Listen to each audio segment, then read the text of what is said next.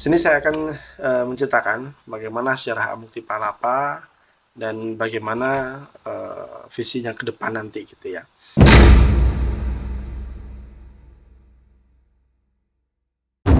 Jadi Amukti Palapa ini dimulai dari dulu ada sebuah studio namanya Morbay Games. Morbay Games ini adalah karena perusahaannya Morbi gitu ya, studio Morbi, CV Morbi gitu ya. Jadi Morbi ini sendiri itu digagas oleh dua orang, ya. Ada Mas Indra sama Mas Sup ya. Mereka dua itu Morbi ini bergerak di bidang IT. Yang pada kala itu Mas Indra melihat adanya potensi di bidang game gitu ya. Karena tahun 2011, 2012, 2013 itu game-game platform itu mulai bermunculan gitu ya. Dan itu adalah menjadi satu peluang untuk merambah ke dunia game. Maka dari itu Mas Indra menggagas mobile games gitu ya. Jadi latar belakang sedikit gitu ya. Ini juga berkaitan dengan adanya program beasiswa unggulan gitu ya di ITB, yang mana FSRD itu meluncurkan program yang namanya game teknologi, game tech gitu, Mas. Kemudian selain di desain, program magister juga ada di IT gitu ya. Sehingga dari situ diharapkan mahasiswa desain bisa membuat inovasi di bidang desain gitu ya, di IT-nya, dan rekan-rekan di IT itu bisa membuat inovasi di bidang teknologinya gitu ya. Makanya di situ ada multi touch dan sebagainya gitu ya, ada di situ. Nah, Mas Indra saya itu awal-awal Murbe itu ada Mas Indra, Mas Yusuf, kemudian menjadi Murbe Games itu ada Mas Galis, ada Mas Nasir, ada Mbak Ririn, ada Mas Lukman, kemudian ada Mas Andri dan Mas Arif Cem. Nah, Mobile Games ini kemudian mengajak satu rekan dari jurusan desain, yaitu adalah Sultan. Nah, tim tersebut dengan Sultan, ada Rani juga ya, teman seangkatannya Sultan, itu mulai merambah. Tapi karena saat itu Sultan itu satu kos dengan saya gitu, jadi saya juga ikut main segala macam gitu ya. Sampai akhirnya saya juga ikutlah di Mobile Games itu. Ada Kamadi juga gitu ya, Kamadi yang teman sekelas saya. Kodaro saat itu akan ada diselenggarakan Indonesia namanya Inaikta.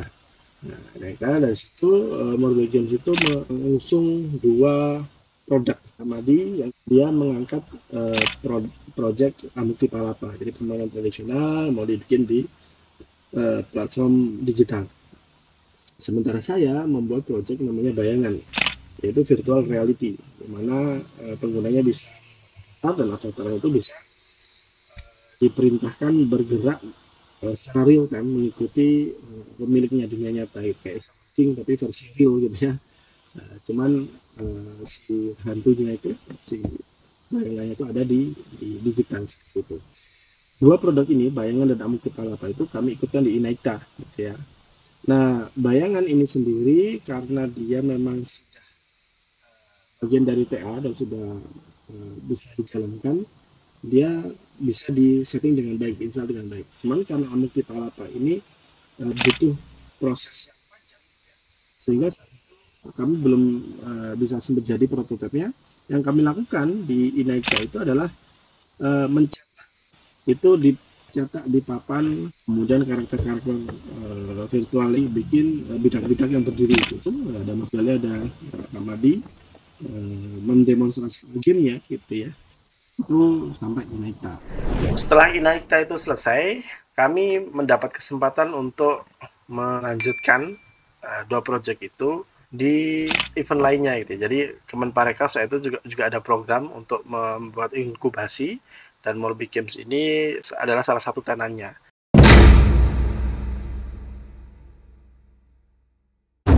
Dengan dua produk unggulan ini, Amukti Palapa dan Bayangan, kami coba untuk apply gitu ya. Namun yang menarik adalah karena dalam proses dengan investor kami dipertemukan, intinya dikurasi dan diberikan nasihat, di coaching gitu ya. Kemudian kami mendapati bahwa proyek Bayangan ini tidak bisa dilanjutkan karena pada saat itu kita diminta untuk survei, dan setelah kita survei, orang-orang banyak yang mengatakan bahwa bagus ya ini produknya, keren nggak? Bagus, keren gitu ya. Tapi ketika ditanya pertanyaan lanjutan, gitu, apakah Anda mau membayarnya atau membayar lebih untuk mendapatkan fasilitas ini? Hampir semuanya bilang tidak gitu ya. Karena Project Bayang itu memang bersifat vitamin. Dia tidak menyelesaikan masalah, tapi membuat sesuatu yang sudah ada itu menjadi lebih seru aja gitu ya. Sehingga dari situ kita fokus pada game Amuk Tipalapa itu.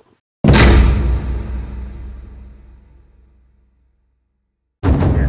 Namun qadarullah saat itu karena ini adalah proses berlomba gitu ya, dalam artian saya, Kamadi, Sultan, Rani itu tergabung dalam Morbid Games itu ketika menempuh magister.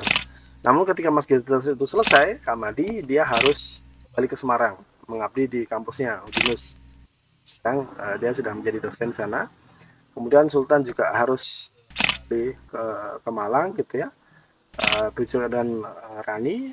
Yang tersisa adalah saya mungkin yang masih berusaha untuk mencari jati diri gitu ya di Morbid Games itu. Sehingga dari situ Amuk Tipalapa ini adalah satu-satunya produk yang sedang kita develop.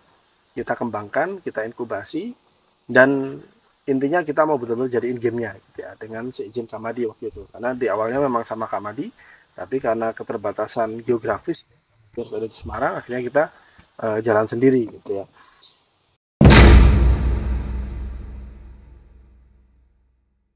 Dalam proses itu kami berpikir bahwa bagaimana orang-orang mau download gamenya kalau sudah jadi nanti gitu ya. Karena kita tahu untuk bikin game itu bisa sampai 3 bulan atau lebih gitu ya. Dan itu sepanjang itu terus nanti sudah jadi, nanti kalau ternyata nggak ada yang suka gimana. Jadi kita selagi bikin kita juga melakukan validasi gitu ya.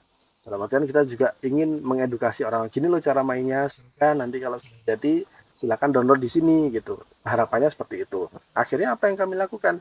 Kami mencetak papan board game itu seperti yang ada di Inekta, dengan bidak-bidak yang tinggi-tinggi, ada gambar pasukan segala macam. Di situ kami hari Minggu itu datang ke Dago, ada acara Car Free Day. Dan kalau Anda lihat di Dago itu kan ada 2 jalan ya, di tengahnya ada kayak pembatas itu. Kami memasang papan permainan itu beberapa, 1, 2, 3 gitu ya, dalam 3 bisa lebih gitu ya, dalam beberapa waktu 3 papan itu, dan kami mengajak main semua yang ada di awalnya, cuman main aja gitu ya, main gitu. Orang akhirnya apa itu, bagaimana cara mainnya, dan saya selalu menjelaskan ini cara mainnya cuma 2, jalan sama menyerang. Kalau melangkah ini, menyerang ini gitu. Akhirnya dan selalu kalau sudah ada orang yang main, yang lainnya tuh pada kepo gitu, itu apa sih, itu apa sih, akhirnya lihat itu, akhirnya main bareng. Dan bisa dilihat ya bahwa kalau Morbid Games bikin acara di Car Free itu biasanya memang rame gitu ya. Dan mungkin itu studio game pertama ya yang betul-betul buka lapak di Car Free Day, ngajakin orang main sambil validasi dan juga sambil promosi gitu ya. Dan yang menarik adalah setiap kali kami datang ke Car Free Day itu ada beberapa rekan gitu ya. Saat itu ada Faisal sama Ali gitu ya. Betul ya, ya. Terima kasih waktu itu sudah mendukung gitu ya. Mereka bermain dan mereka memang jago gitu ya. Kemudian minggu depannya datang lagi sampai akhirnya Ferry ya khususnya itu membantu kami ikut nimbrung, ikut ngajarin, ikut nantangin orang gitu ya. Ya tentu dia menang terus karena dia sudah tahu, dia jago gitu ya. Dan di situ akhirnya kita mendapatkan banyak sekali insight yang membuat kita mempertimbangkan rencana bisnisnya. Adalah beberapa orang menanyakan, Mas ini belinya di mana gitu ya.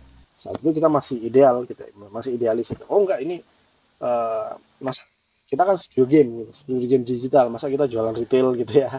Jadi kita masih merasa, oh enggak Bu, ini hanya promosi. Jadi kalau Anda mau download, Anda mau main silahkan download di sini gitu ya. Kita tidak menjual itu. Makanya seperti itu gitu ya. Tapi seiring berjalannya waktu, beberapa minggu kita main, gimana kalau kita coba cetak aja gitu ya. Akhirnya dikemas, buat kardus, kita buat buku panduannya, dan kita kemas dalam satu kotak box. Dan ternyata juga alhamdulillah lumayan ada yang beli gitu, ada yang terjual segala macam seperti itu. Dan itu selalu kita lakukan di Car Free Day itu gitu ya. Dan di saat yang sama, kami mengikuti programnya Kemenparekraf menjadi tenan di sebuah inkubator yang ada di Batik Komeli Bandung.